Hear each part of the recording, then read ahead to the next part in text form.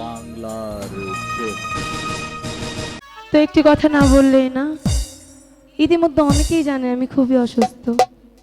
Hello. আমি কালকে বিকালে টাঙ্গাইল সদর হসপিটাল থেকে বাড়িতে আসছি, কিন্তু আমার ওইভাবে আমি যে আপনাদের এই গানটা না করবো সেই ক্ষমতাটুকু আমার হয় নাই, কারণ আমি একা অসুস্থ, কিন্তু এখানে অনেক লোক আছে। তো আমার ধারায় যাতে কেউ কষ্ট না পায় সেই জন্য এখানে আসা। তো লতিফ নানা একটু স্টেজে আসবা। কিন্তু এটাকে কেন্দ্র করে অনেকেই অনেক কথা বলতেছেন যে আমি অসুস্থ না, আমার কিছু হয় নাই, আমি অভিনয় করতেছি। কেউ অসুস্থতা নিয়ে কেউ নাটক করে না। আজকে এখানে আমরা অনেকেই বসে আছি, একজন এখানে মারা যাইতে পারি, নিঃশ্বাসের কোনো বিশ্বাস নাই। তো অযথাই আমার নামে যারা এগুলো বলতেছেন যে আমি ওদিন অসুস্থ হয়ে পড়ি নাই, যারা বলতেছেন, যদি আপনাদের বিশ্বাস না হয় টাঙ্গাইল সদরে যাবেন, যেটা নতুন হয়েছে, ওই হসপিটালে গিয়ে একটু যাচাই করে আসবেন। সেখানে যে আমি ভর্তি হয়েছিলাম, ভর্তির একটা স্লিপ ওইখানে আছে।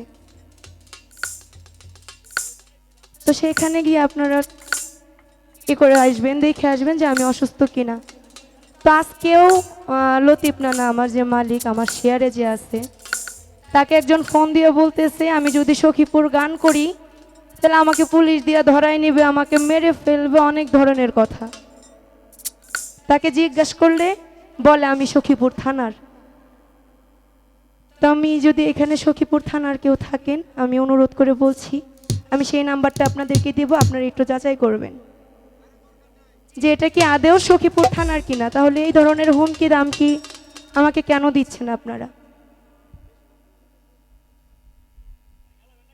আমি প্রথমে বললাম মানুষের নিঃশ্বাসের কোনো বিশ্বাস নেই। এতগুলো মানুষ আছি, 3-4 জন যাইতেও পারে, একজনও যাইতে পারে, আমি নিজেও যাইতে পারি, কারণ আমি এতটাই অসুস্থ। আমি যে এখন দাঁড়ায় আছি তাও আমার খারাপ লাগতেছে। তা আমি জানি না আপনাদেরকে আজকে কতটুকু আনন্দ দিতে পারবো, কতটুকু গান করতে পারবো। ইতিমধ্যে কমিটির অনেকেও জানে যে আমি অসুস্থ।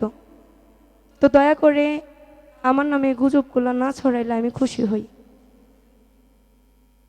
তো সকলে ভালো থাকবেন, সুস্থ থাকবেন। সেই নাম্বারটা, যেই নাম্বার থেকে আমার হুমকি দেওয়া হয়েছে, আমি প্রত্যেকটা মিডিয়ার কাছে অনুরোধ করব সেই নাম্বারটাতে ছাড়া হয়, প্রত্যেকটা চ্যানেল থেকে যেন ছাড়া হয়।